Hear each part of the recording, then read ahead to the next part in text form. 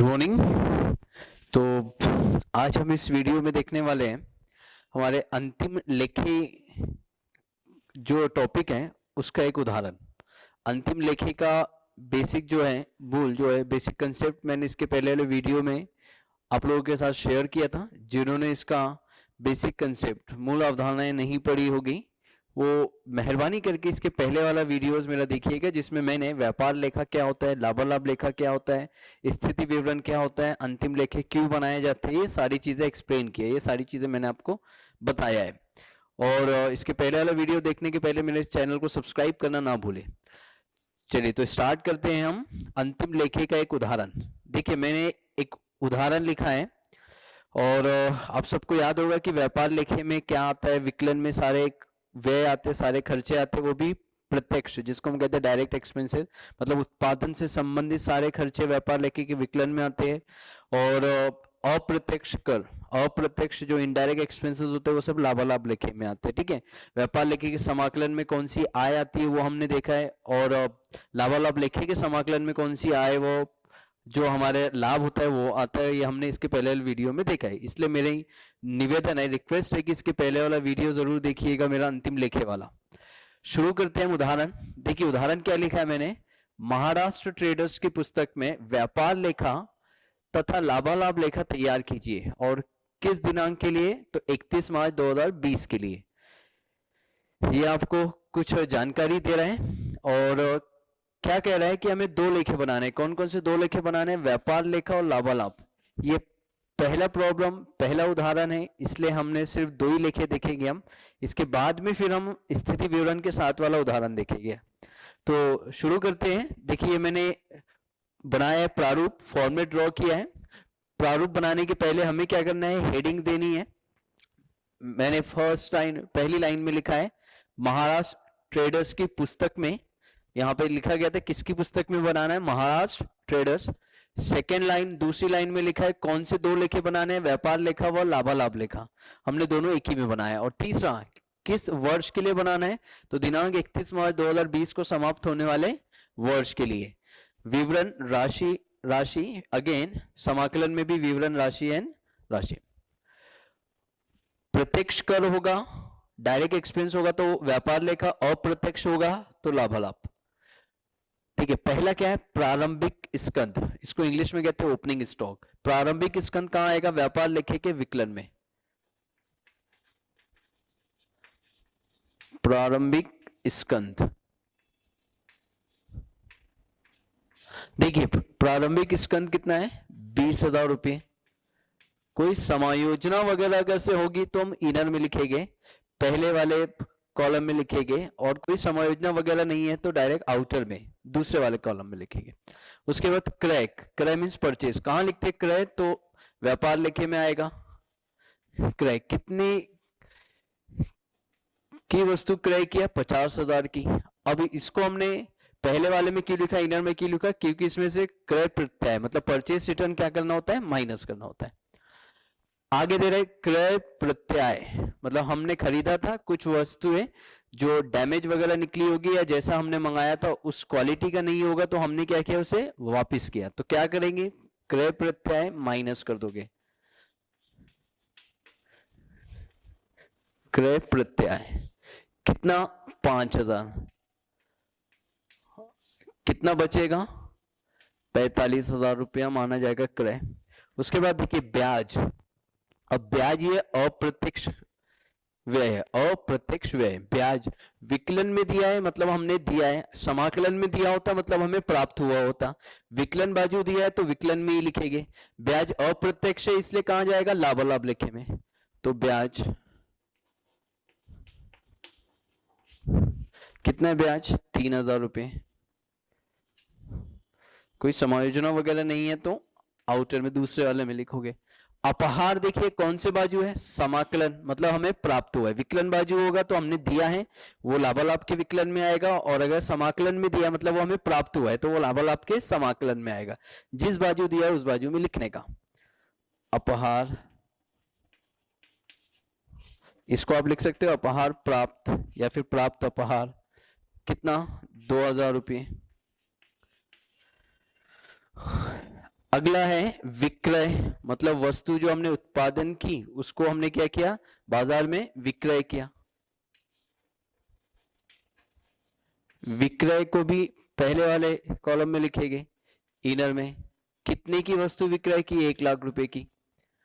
फिर आगे देता है विक्रय प्रत्याय, इसको कहा जाता है सेल्स रिटर्न। क्या करेंगे, विक्रय में से माइनस विक्रय प्रत्याय। कितना है विक्रय प्रत्याय, 10,000, मतलब विक्रय कितने का माना जाएगा, 90,000 रुपए का। अब देखिए इसके बाद कर व किराया, अगर से कारखाना कर व किराया होता तो हम व्यापार लेखे में लिखते, लेकिन सिर्फ कर व किराया दिया है, मतलब ये अप्रत्यक्ष माना जाएगा और ये कहाँ आएगा, लाभालाभ में।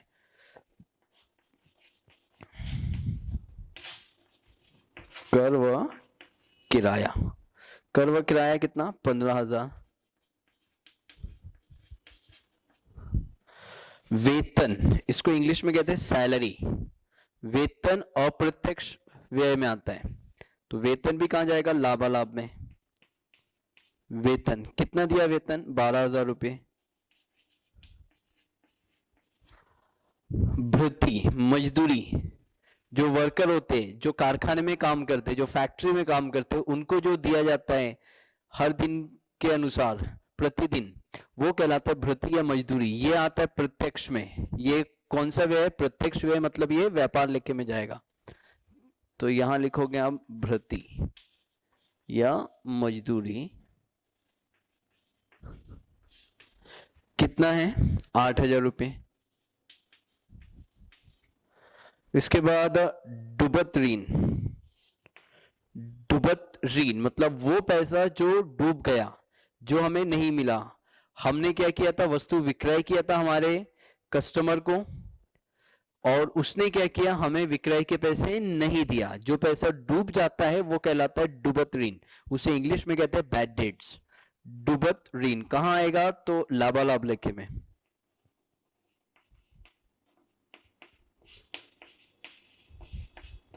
डूबत ऋण, कितने पैसे डूब चुके हैं, 2,000 रुपये। अब देखिए कमीशन दोनों बाजू दिया है, विकलन में भी और समाकलन में भी। तो विकलन वाला माना जाएगा कि हमने कमीशन दिया है, और समाकलन वाला माना जाएगा कि हमें कमीशन प्राप्त हुआ है। जो दिया है वो लाभालाभ के विकलन में, जो प्राप्त हुआ है वो लाभालाभ के समाकलन में।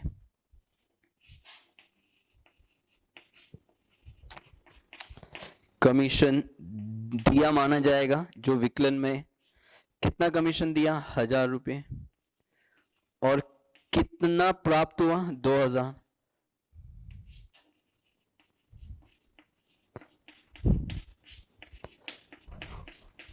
कितना प्राप्त हुआ, 2,000।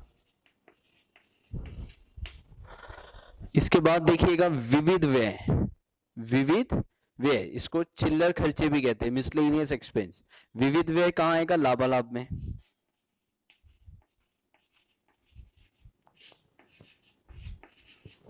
विविध व्यय 500 रुपये मात्र। अवक्षयन, किसी भी संपत्ति को उपयोग में लाने से जो उसकी वैल्यू, जो उसकी कीमत में कमी आती है, उसे कहा जाता है अवक्षयन। उसको इंग्लिश में कहते हैं डेप्रिसिएशन। किसी भी एसेट्स की वैल्यू कम होना, किसी भी संपत्ति की वैल्यू उसके उपयोग करने से अगर से कम होती है तो वो कहलाता है अवक्षयन। ये हमारे लिए हानि है, ये हमारे लिए क्लॉस है। कहां लिखेंगे, लाभालाभ में। अवक्षयन, कितना अवक्षयन है, 4,000। अवक्षयन के बाद आगत वाहन व्यय, कच्चा माल लाने का खर्चा। जो हमने कच्चा माल क्रय किया है उसको हमारे कारखाने तक लाने का जो खर्चा होता है, ट्रांसपोर्टेशन चार्जेस, वो कहलाता है आगत वाहन व्यय, कैरेज इनवर्ड। कहां लिखेंगे, व्यापार लेखे में।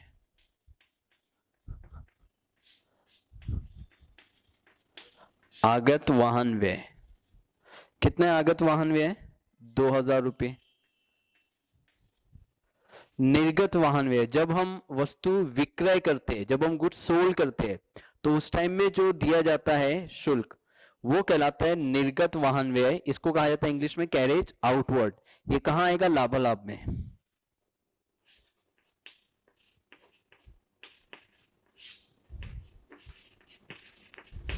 निर्गत वाहन व्यय कैरेज आउटवर्ड। कितना निर्गत वाहन व्यय? 3000 रुपये। अब अंतिम लास्ट है गोदाम व्यय, गोडाउन रेंट कहते हैं, ये भी अप्रत्यक्ष है, तो लाभालाभ में।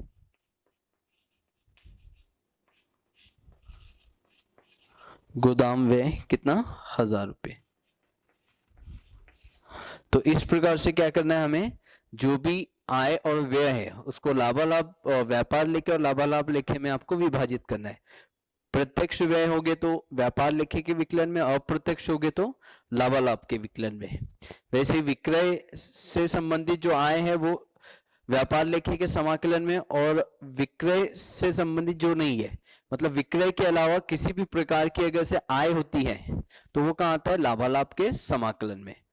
अब हम क्या करेंगे, पहले व्यापार लेखे को बंद करेंगे, उसके बाद लाभालाभ लेखे को।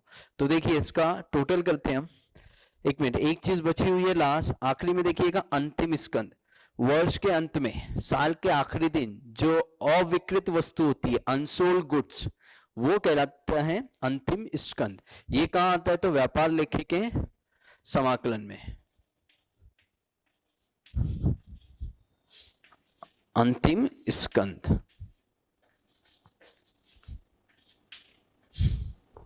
अंतिम स्कंद कितने का है? 50,000 रुपए का।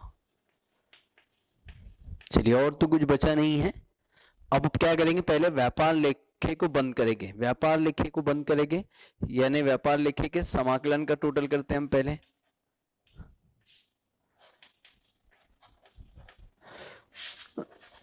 व्यापार लेखे के समाकलन का टोटल करोगे तो कितना आ रहा है? 1,40,000 आ रहा है। कितना आ रहा है? 1,40,000। अब क्या करेंगे, विकलन का टोटल करेंगे।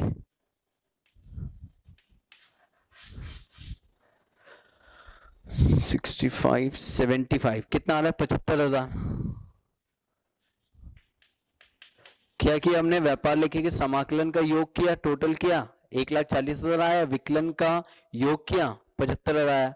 अब क्या करेंगे, दोनों में अंतर निकालेंगे।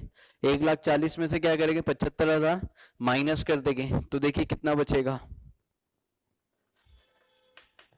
65,000 रुपया बच रहा है। कितना बच रहा है? 65,000 रुपये। अंतर जो है, डिफरेंस जो है वो कितने का है? 65,000 रुपये का।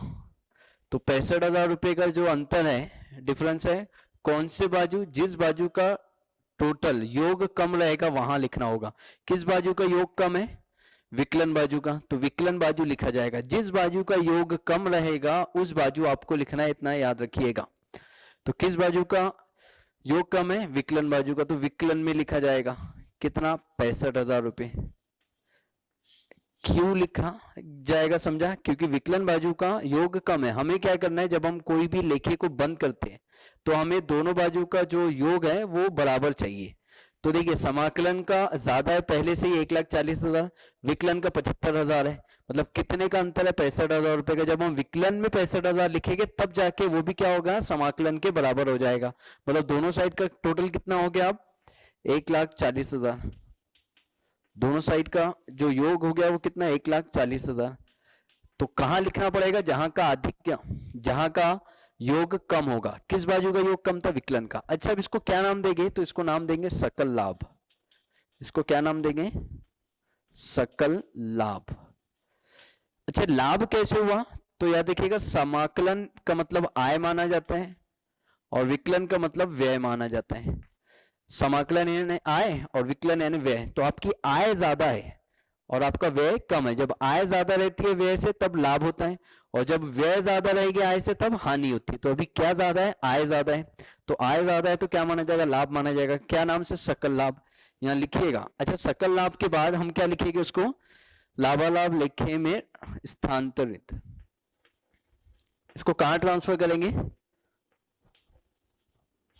लाभालाभ लेखे में स्थानांतरित।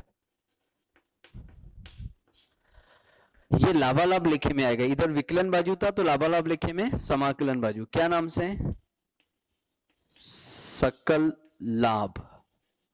यहां पे लिख देने का, कहां से आया ये? तो व्यापार लेखे से। कहां से आया? व्यापार लेखे से।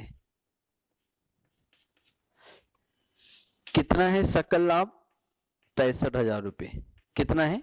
65,000 रुपए। तो पहले व्यापार लेखा बंद किया, व्यापार लेखे में अंतर कितने का है? 65,000 रुपए का। क्या माना गया? सकल लाभ। लाभ कैसे माना गया? क्योंकि समाकलन यानी आय ज्यादा थी और विकलन यानी व्यय कम था। अब इसको भी बंद करते हैं, इसका भी टोटल करते हैं, व्यापार लेखे का, सॉरी लाभालाभ लेखे का। लाभालाभ लेखे में देखिए समाकलन बाजू का कितना आता है टोटल? 65 और 4 69,000 आ रहा है।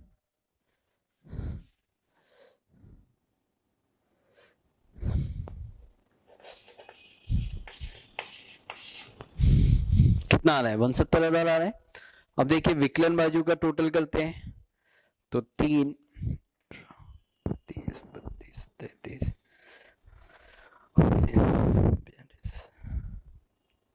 46,000 आता है। देखिए कितना आता है? 46,000 आता है क्या? नहीं, एक बार फिर से करिएगा। 3,000 15 18,000 18 और 12 30,000 32,000 33,000 33 और 4 37,000 40,000 41,000 41,500। तो विकलन का टोटल कितना आ गया? 41,500। 41,500 हो गया। अब हम डिफरेंस निकालेंगे, अंतर निकालेंगे, तो देखिए कितना अंतर आएगा? 0 0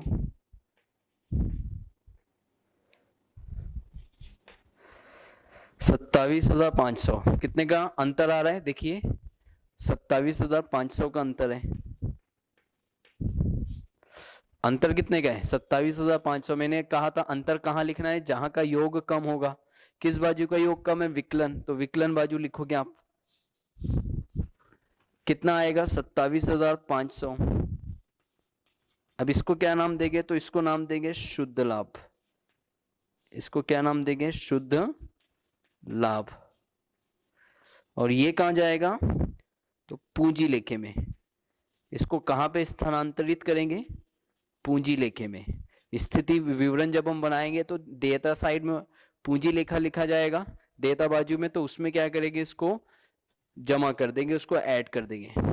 तो कहां का योग कम था? विकलन बाजू का। विकलन बाजू में लिख दिया कितना? तो 27,500। क्या माना जाएगा? तो नियम वही रहेगा, समाकलन मतलब आय होता है और विकलन मतलब व्यय होता है। तो आय ज्यादा है मतलब ये लाभ हुआ है, लेकिन ये कौन सा लाभ माना जाएगा? शुद्ध लाभ। और दोनों बाजू का योग कितना लिख दोगे? 69,000। तो इस प्रकार क्या करना होता है? हमें अंतिम लेखें बनाने होती है। तो अभी हमने ये क्वेश्चन में, इस उदाहरण में हमने सिर्फ 2 ही लेखे बनाए, कौन सा? व्यापार लेखा और लाभालाभ लेखा। आशा करता हूं कि आप सबको समझा होगा। और अगर से कोई प्रॉब्लम होगी, कोई समस्या, कोई चीज नहीं समझेगी तो कमेंट में जरूर लिखिएगा। और मेरे चैनल को सब्सक्राइब करना ना भूलिएगा, ताकि अगला वीडियो आपको पता चल सके कब आने वाला है। धन्यवाद, बाय बाय।